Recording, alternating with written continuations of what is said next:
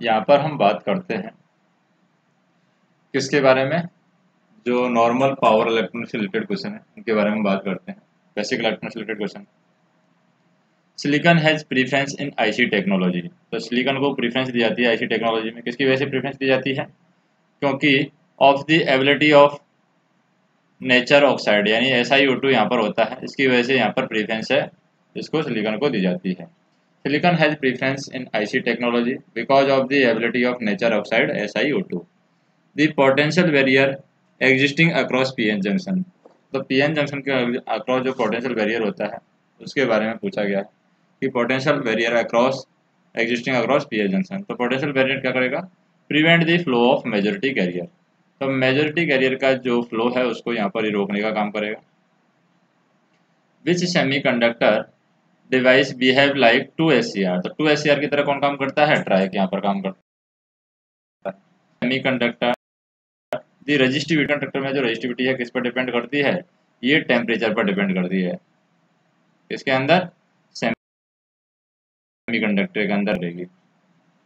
Next हम देखें, silicon content in iron lamination is kept within the 5%। Silicon content in iron lamination is kept within the 5% as it kept within the 5% as it makes the material brittle. यानी silicon content है iron lamination के अंदर, इसको हम क्या है 5% के respect में रखेंगे क्योंकि ये मटेरियल को क्या बनाएगा? ब्राइटल बना देगा, makes the material brittle. For N type semiconductor the doping material is.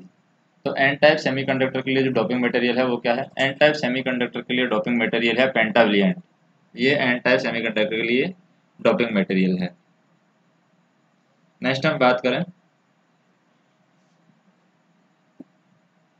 जैसे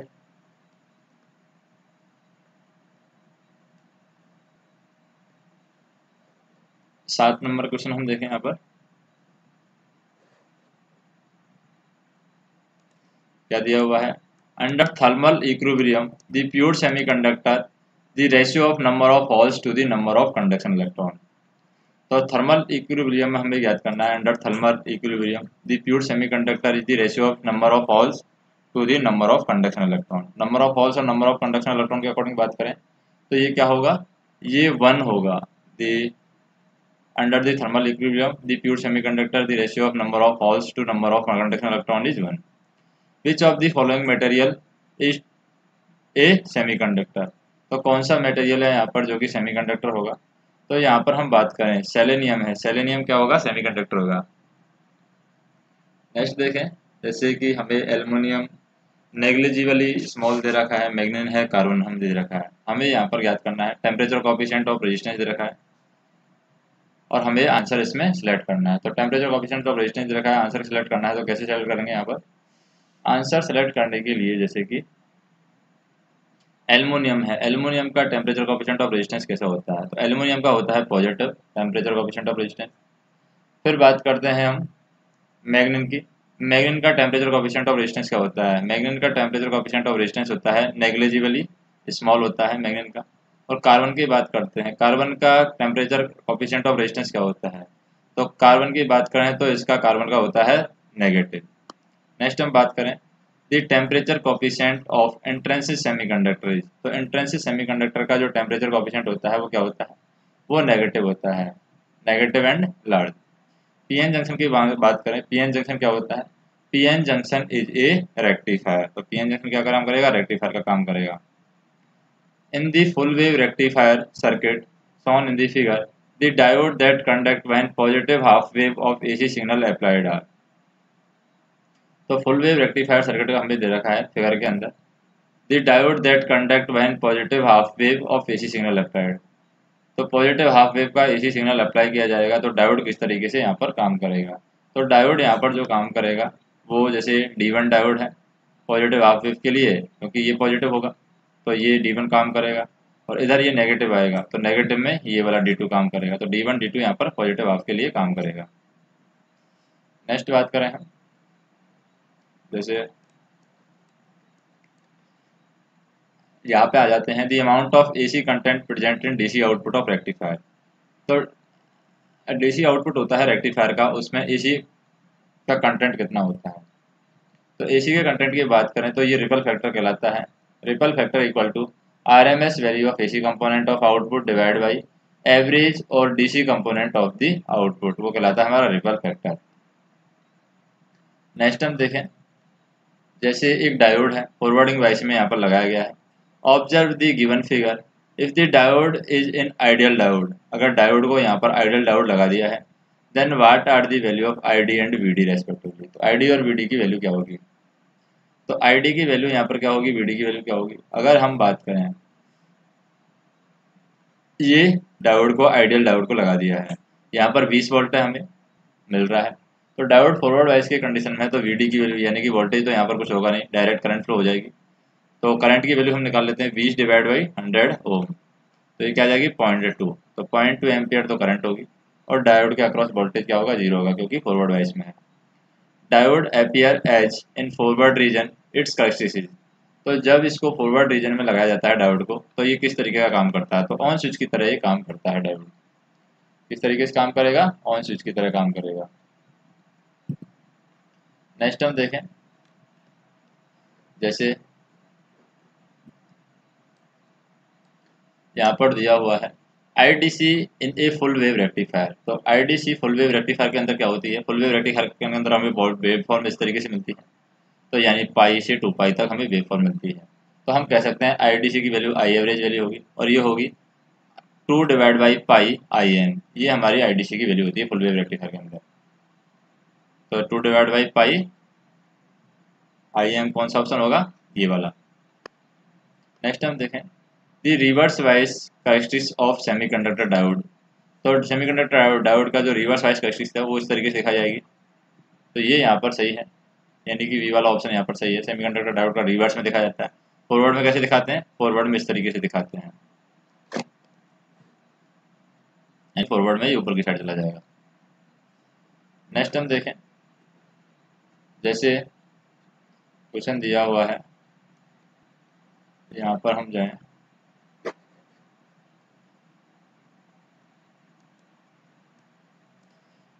peak inverse voltage in case of bridge rectifier for each diode, तो ब्रिज रेक्टिफायर के केस में पीक इनवर्स वोल्टेज की वैल्यू क्या होगी, when EM is peak value of input voltage, तो EM यहाँ पर दे रखा है इनपुट वोल्टेज, तो पीक इनवर्स वोल्टेज की वैल्यू क्या होगी।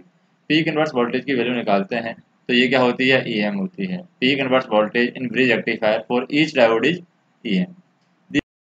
Maximum efficiency half wave rectifier, तो हाफ वेव रेक्टिफायर की मैक्सिमम एफिशिएंसी क्या होगी, हाफ वेव रेक्टिफायर की अगर मैक्सिमम एफिशिएंसी की बात करें तो ये होती है 0.4060, ये हाफ वेव रेक्टिफायर की मैक्सिमम एफिशिएंसी होती है। तो मैक्सिमम एफिशिएंसी हम कैसे निकाल सकते हैं, मैक्सिमम एफिशिएंसी निकाल सकते हैं eta equal to PDC divide by PAC, ये नीटा की वैल्यू होती है। तो नीटा की वैल्यू यहाँ पर क्या आ जाएगी, यहाँ पर हम इसको सॉल्व कर सकते हैं, जैसे कि IDC का square into RL divide by VRMS और IRMS आ जाएगा, VRMS एंड IRMS। तो इसको हम सॉल्व करेंगे, IDC का स्क्वायर क्या हो जाएगा, IDC की वैल्यू हो जाएगी जैसे IM डिवाइड बाई पाई का whole square into RL divide by VRMS और IRMS की वैल्यू क्या हो जाएगी, VRMS IRMS की वैल्यू हो जाएगी जैसे IM स्क्वायर डिवाइड बाई 4, और यहाँ पर IRMS की वैल्यू क्या हो जाएगी, इसको हम सॉल्व कर लेंगे, जैसे कि RF plus RS plus RL हम नीचे जोड़ेंगे, तो इससे जो वैल्यू है वो हमारी कैलकुलेट होकर आ जाएगी। तो इसको हम एक बार इससे सॉल्व कर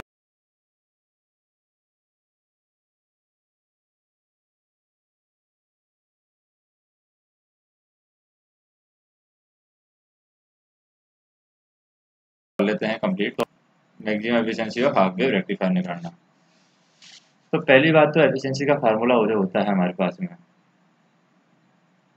वो दे रखा है, efficiency equal to PDC divide by PAC, ये एफिशिएंसी का फार्मूला है। अब हम इसको सॉल्व करें तो ये होगा IDC का square into RL divide by VRMS and IRMS, इसको हम मल्टीप्लाई करेंगे। तो आईडीसी का स्क्वायर है, इसको हम लेंगे हम आई एम डिवाइड बाई पाई का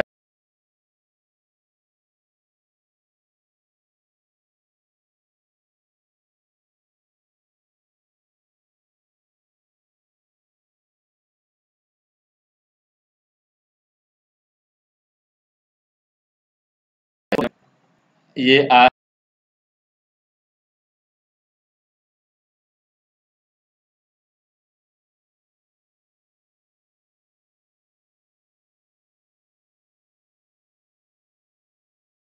एस की यहाँ पर वैल्यू हो जाएगी 4 divide by pi square.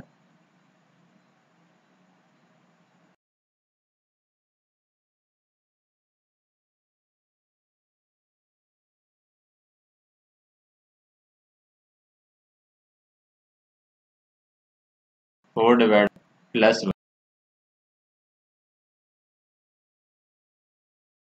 One, वो plus are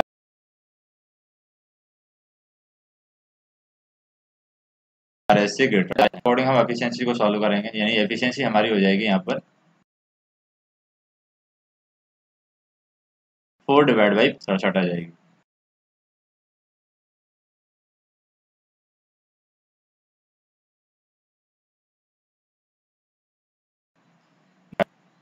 in case of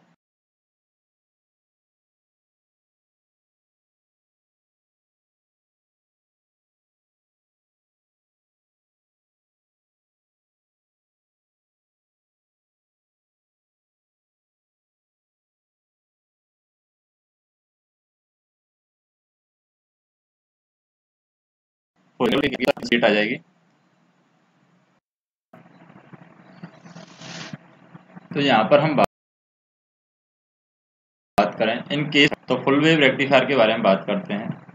the ripple factor is, तो in case of full wave rectifier form factor -1 होता है, और फुल वेव रेक्टिफायर का जो रिपल फैक्टर आएगा वो 0.48 आएगा। The DC output power across a load of R ohm in a half wave rectifier with current flowing the peak value of I M is. तो peak value of I M के according यहाँ पर हम देखें, जैसे power की जो value होती है, पावर इक्वल टू होता है power equal to I D C का स्क्वायर इंटू आर। तो आई डी सी का स्क्वायर इंटू आर से हम सॉल्व कर सकते हैं। आई डी सी की वैल्यू क्या होगी, आई एम डिवाइड बाई पाई का स्क्वायर इंटू यहाँ पर आई डी सी की जो वैल्यू है वो हो जाएगी I D C equal to I M divide by pi. तो I M divide by pi, I M divide by pi square into R. तो ये हम कह सकते हैं I M divide by pi square into R से ये आई D सी की वैल्यू आ जाएगी, क्योंकि ये पावर के अकॉर्डिंग हम बात कर रहे हैं। नेक्स्ट हम देखें semiconductor diode can be used for. तो सेमीकंडक्टर डायोड है, किसके लिए यूज किया जाता है? सेमीकंडक्टर डायोड है half wave rectifier, full wave rectifier, both half wave and full wave rectifier के लिए इसको यूज किया जा सकता है। The figure that forward characteristics of silicon diode. तो सिलिकॉन डायोड की फॉरवर्ड कैरेक्टरिस्टिक्स कौन सी होगी? सिलिकॉन डायोड की अगर फॉरवर्ड कैरेक्टरिस्टिक्स की बात करें तो ये इस तरीके से कर्व होती है, यानी यहाँ पर ये जो वोल्टेज होता है ये होता है कट इन वोल्टेज, यानी V gamma cut in voltage, और ये 0.7 के आसपास सिलिकॉन के लिए होता है, जर्मेनियम के लिए और कम होता है। तो ये हमारा ऑप्शन होगा कौन सा, सी। ये कट इन वोल्टेज होता है यहाँ पर इस पॉइंट पर 0.7 वोल्ट के आसपास ये कट इन वोल्टेज होता है। नेक्स्ट हम बात करें जैसे the number of diode required in bridge rectifier. तो ब्रिज रेक्टिफायर में कितने डायोड की यहाँ पर जरूरत होती है? तो ब्रिज रेक्टिफायर की अगर हम बात करें तो ब्रिज रेक्टिफायर में हमें 4 डायोडों की जरूरत होती है, जैसे इस तरीके से 1, 2 और 3 और 4, ये 4 डायोडों की यहाँ पर जरूरत होती है। A rectifier for welding has voltage and current characteristics. तो एक रेक्टिफायर है वेल्डिंग के लिए, जो वोल्टेज और करंट कैरेक्टरिस्टिक्स होती है उसकी बात करें हम यहाँ पर तो ये ड्रॉपिंग होती है। A rectifier for welding as voltage and current characteristics as dropping as compare to full wave rectifier using 2 diode. तो यहाँ पर फुल वेव रेक्टिफायर के लिए 2 डायोड को यूज करके कंपेयर किया गया है। 4 diode bridge rectifier has dominant advantage of. तो यहाँ पर फुल वेव रेक्टिफायर है, 2 डायोड के साथ में यूज किया गया है, 4 डायोड्स के साथ में ब्रिज रेक्टिफायर यूज किया गया है। तो जो टू डायोड के साथ में जो फुल वेव रेक्टिफायर हम यूज कर रहे हैं उसका एडवांटेज क्या है? तो जो फोर डायोड ब्रिज रेक्टिफायर का एडवांटेज क्या है?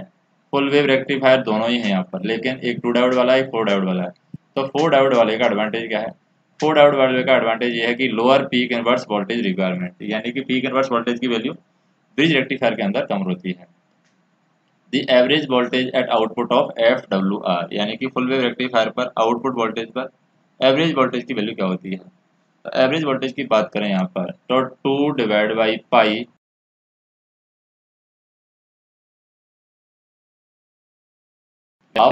तो हाफ वेव रेक्टिफायर के अंदर हम बात करें for half wave rectifier sine wave the ripple factor क्या होता है? 1.21 होता है साइन वेव का ripple factor. The current in reverse bias in PN junction diode में भी, तो reverse bias PN junction diode में जो करंट की वैल्यू होती है वो फ्यू माइक्रो से नैनो एम्पियर तक चलती है। As compare to full wave rectifier using two diode, the four diode bridge rectifier has dominant advantage of, तो क्या एडवांटेज रहता है? लोअर पीक इनवर्स वोल्टेज यहाँ पर होगा, यानी full wave rectifier two diode के साथ में यूज किया गया है, एक फोर डायोड के साथ में यूज किया गया है। तो फोर डायोड वाला रेक्टिफायर का एडवांटेज होता है कि उसके अंदर पीआईवी की वैल्यू कम होती है। नेक्स्ट हम देखें, जैसे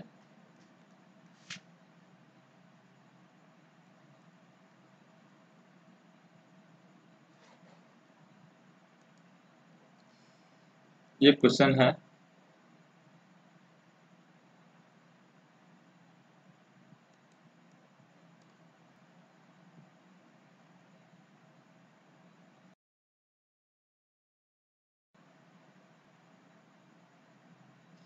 the value of voltage across the diode in figure. तो इसमें तो हम यहाँ पर चलते नहीं हैं, ये देखते हैं 131, क्योंकि फुल वेव रेक्टिफायर के अंदर जो पीक इनवर्स वैल्यू होती है वो 2 Vm होती है, जबकि फोर डायोड वाला होता है उसके अंदर Vm ही होती है। यानी ब्रिज जो होता है फोर डायोड वाला फुल वेव रेक्टिफायर, उसके अंदर जो पीक इनवर्स वैल्यू होती है वो होती है ओनली Vm, जबकि टू डायोड वाला जो पीक इनवर्स होता है उसके अंदर टू डायोड वाले के अंदर वो होती है 2 Vm। तो इसलिए फुल वेव ब्रिज रेक्टिफायर के अंदर Vm की रिक्वायरमेंट कम होगी, यानी कि पीक इनवर्स वोल्टेज की वैल्यू कम होगी। इन electronic circuit for blocking the DC component of A voltage signal is connected in series with the voltage source of, तो इनको सीरीज में कनेक्ट किया जाता है कौन से वोल्टेज सोर्स के साथ में? कैपेसिटर के साथ में कनेक्ट किया जाता है। For blocking the DC component of voltage signal a capacitor is connected in series with the voltage source. Next हम देखें, a pure sinusoidal current is being rectified, तो एक प्योर साइनोसॉइडल करंट है उसको रेक्टिफाई किया जाता है being rectified for the given maximum value of sinusoidal current if RMS value of half wave rectified current is 50 ampere. तो half wave rectified current की जो वैल्यू दे रखी है यहाँ पर 50 एम्पियर दे रखी है। Then RMS value of full wave rectification will be, तो फुल वेव रेक्टिफिकेशन की आरएमएस वैल्यू क्या होगी? तो फुल वेव रेक्टिफिकेशन की आरएमएस वैल्यू हम निकालें, ये साइन वेव तो पहले से दे रखी है, तो फुल हाफ वेव करंट क्या होगी? हाफ वेव करंट की आरएमएस की वैल्यू होगी यहाँ पर आई एम डिवाइड बाई 2, लेकिन यहाँ पर हम आई एम निकालें तो आई एम की जो वैल्यू हो जाएगी वो क्या हो जाएगी? 2 × I RMS।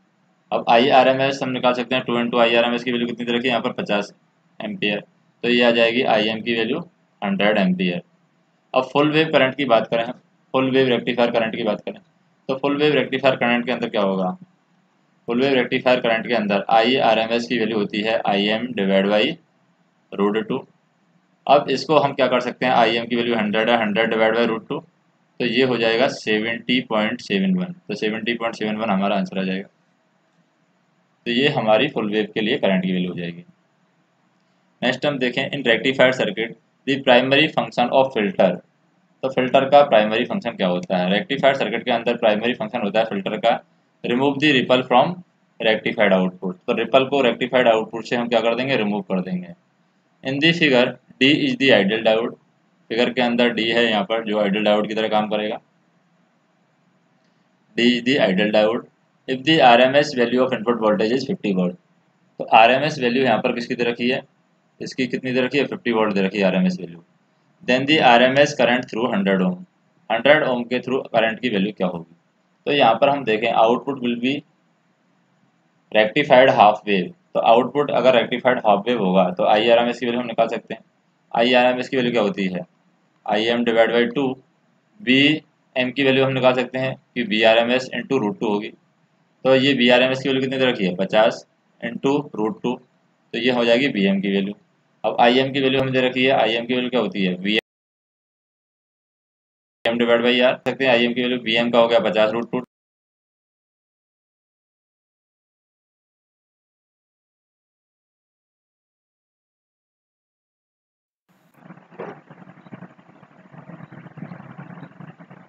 तो यहाँ पर जो 1/√2 है उसको हम आई आर एम एस की वैल्यू को हम ऐसे लिख सकते हैं, I R M S equal to I M divide by to.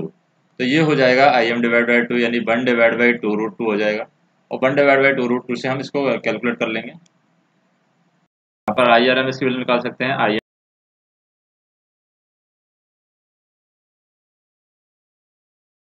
M divide by two, 1/√2, और 1/√2 से आंसर वैल्यू आ जाएगा 0.5 root divide by root two, answer आ जाएगा। नेक्स्ट हम देखें, in the given circuit function of diode, diode का function क्या है सर्किट के अंदर।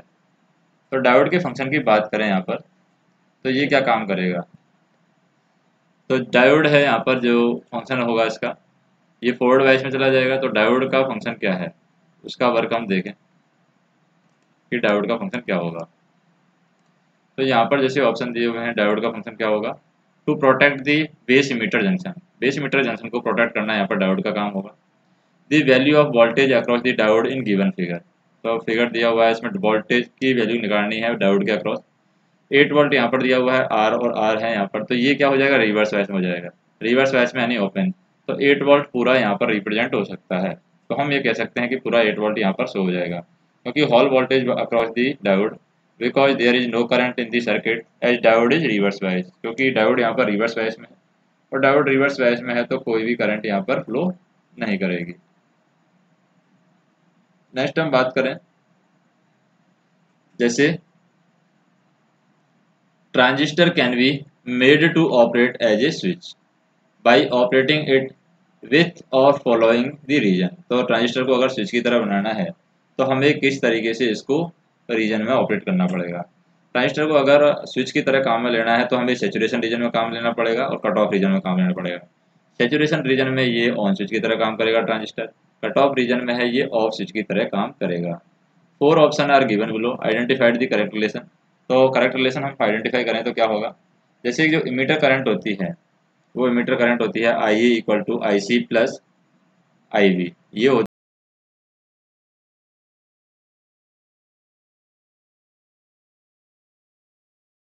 है हमारी प्रदान होती है आई वी से होगा। नेक्स्ट हम देखें, जैसे कि the output resistance of common base transistor. तो कॉमन बेस ट्रांजिस्टर का आउटपुट रेजिस्टेंस क्या है, output resistance of common base transistor circuit is in order of. तो सर्किट किस ऑर्डर में होना चाहिए ताकि आउटपुट रेजिस्टेंस की बात कर सकें कॉमन बेस ट्रांजिस्टर के लिए। तो कॉमन बेस का जो आउटपुट रेजिस्टेंस होता है वो यहाँ पर होता है, यानी कि आउटपुट रेजिस्टेंस है कॉमन बेस ट्रांजिस्टर का, वो वेरी हाई होता है और डिपेंड करता है आर सी और आर नॉट की वैल्यू पर। यानी आर नॉट की वैल्यू क्या होती है, R not equal to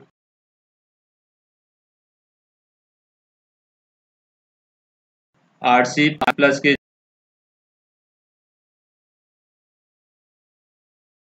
ji M common base transistor के अंदर।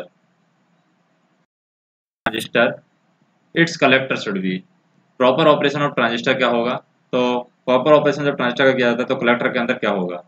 कलेक्टर की बात करें तो कलेक्टर यहाँ पर प्रॉपर रिवर्स वाइस में होना चाहिए फॉर एम्पलीफिकेशन ऑफ वीजेटी, और फॉर प्रॉपर ऑपरेशन जी जेई जंक्शन जो होता है, यानी मीटर जंक्शन होता है वो फॉरवर्ड वाइस में होता है, और जो कलेक्टर जंक्शन होता है वो रिवर्स वाइस के अंदर हम अप्लाई करते हैं, यानी कि यूज करते हैं। नेक्स्ट हम अप्लाई करें, जैसे कि 141 क्वेश्चन देखते हैं।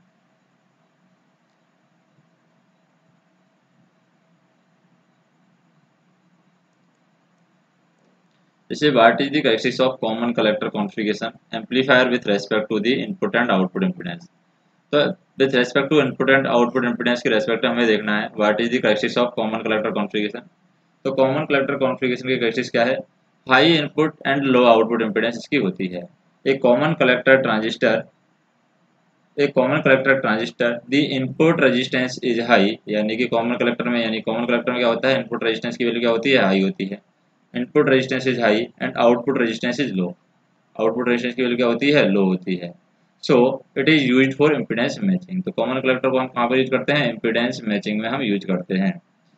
The relationship between the alpha and beta factor of a transistor can be defined as. तो रिलेशनशिप जो होती है अल्फा और बीटा की, वो किसके द्वारा डिफाइन की जाती है, अल्फा और बीटा की जो रिलेशनशिप है वो दिखाई जाती है। जैसे बीटा की जो वैल्यू होती है, बीटा इक्वल टू क्या होता है, अल्फा अपॉन 1 माइनस अल्फा, ये बीटा की वैल्यू होती है। नेक्स्ट हम देखें, operating point is also called the. Operating point को क्या कहा जाता है, operating point is also called the quiescent point, यानी हम कह सकते हैं the operating point is where the DC load line and the output characteristics are meet, यानी डीसी लोड लाइन और आउटपुट कैरेक्टरिस्टिक्स जहाँ पर मिलती है वही हमारा ऑपरेटिंग पॉइंट होता है। It is also called quiescent point और Q point and it is a point at which system operate, और इसी क्यू पॉइंट पर यहाँ पर सिस्टम ऑपरेट होता है। नेक्स्ट हम देखें, जैसे कि in the electronics circuit transistor is used for switching on and off a relay. When the transistor switch off the relay the higher voltage appear across the transistor. How can a transistor be protected from this high voltage. तो यहाँ पर जब switch के across हम transistor को use करते हैं, तो जैसे रिले है हमारा, ये रिले के अक्रॉस हमने क्या लगा दिया है, ट्रांजिस्टर या डायोड लगा दिया है। तो यहाँ पर हम कह सकते हैं we have to connect a diode parallel to the relay. तो रिले के पैरेलल में हम डायोड कनेक्ट कर देंगे ताकि इसको प्रोटेक्ट कर सकें। तो यहाँ पर क्या होगा, ये diode parallel to relay connect किया जाएगा। Figure given below represent the. अब ये जो फिगर है क्या दिखा रहा है, तो फिगर की बात करें यहाँ पर, तो फिगर क्या दिखाएगा, ये यूनी जंक्शन ट्रांजिस्टर दिखा रहा है, यूजेटी दिखा रहा है। यूजेटी का सर्किट डायग्राम है, इसको हम सीधा कर देते हैं, ये यूजेटी का सर्किट डायग्राम। नेक्स्ट हम देखें, जैसे